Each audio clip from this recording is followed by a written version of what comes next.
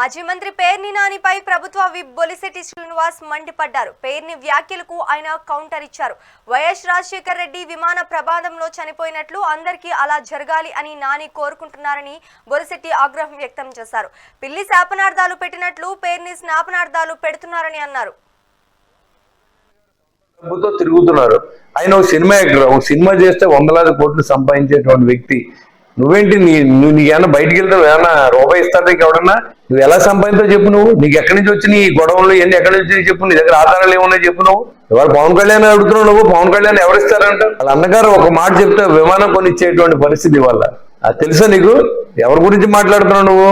జాగ్రత్తగా మాట్లాడు. నీకైతే ఎవరెవరేమో అందుకే నువ్వు ఆ స్కార్పియోలు లేకపోతే దాంట్లో తిరిగి ఉండొచ్చు. ఆయనకి విసులుబాటు ఉందా? ఆయన తిరుగుతూ ఉన్నాడు. నీకేంటి బాధ? సరే ఎవరైనా ఇచ్చారని చెప్పమని పోనీ.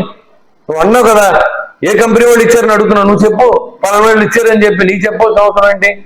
అది ఎవరన్నా ఆడిటో గవర్నమెంట్ అడిగితే దానికి ఖచ్చితంగా ఆన్సర్ చేస్తాం. ఈ డబ్బులు ఎక్కడి నుంచి వచ్చినట్టు ఖచ్చితంగా పార్టీ సమాధానం చెప్తుంది. ఇవాళ కోనసీమ గురించి మాట్లాడితే భౌత వైద్యుడిగా మాట్లాడుతున్నావు. వాళ్ళు ఎలా మాట్లాడుతున్నావు? ఒక ఆంధ్రాలో పుట్టిన వ్యక్తి నువ్వు. ఆంధ్ర రాష్ట్రం ఓ పక్కన ఇలా జరిగింది సామెతగా చెప్తే దాన్ని నువ్వే మాట్లాడుతున్నావు అంటే మీరే ఎక్కేస్తున్నారు కదా.